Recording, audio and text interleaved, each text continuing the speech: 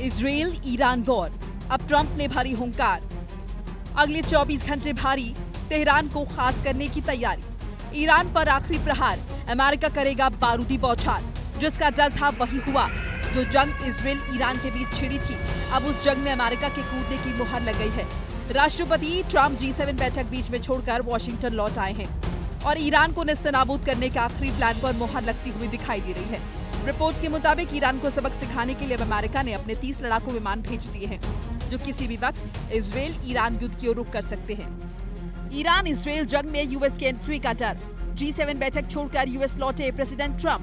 US के 30 fighter jet Europe की तरफ उड़े। बेड़े में KC-46A, पेगासस KC-135 भी शामिल। अमेरिका के कदम से ईरान में बढ़ी टेंशन।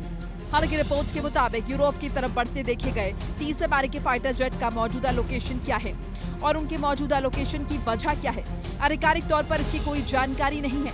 लेकिन माना जा रहा है कि अमेरिकी राष्ट्रपति ट्रंप की आखिरी चेतावनी के बावजूद, जिस तरह से ईरान घुटने टेकने के बावजूद मिसाइलों से हमला कर रहा है और उसके बाद से इजरायली शहर जल रहे हैं, इससे राष्ट्रपति ट्रंप का पारा 7वें आसमान पर है, जिसके चलते अमेरिका ने सीधे ईरान को तबाह करने की प्लानिंग की है।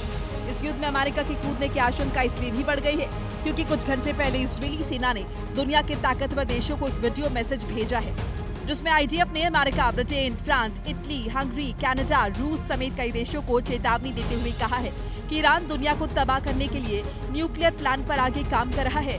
अगर उसे नहीं रोका गया तो दुनिया के अरबों लोगों के लिए खतरा बन जाएगा। संकेत साफ है, ईरान नया जंगी मैदान बनने जा रहा है और इसके लिए जिम्मेदार ईरान के सर्वोच्च धार्मिक नेता अली खामेनेई हैं, जिनके इशारे पर ईरानी सेना की जिंदगी दांव पर लगा दिया है। ब्यूरो रिपोर्ट, हिंदी खबर।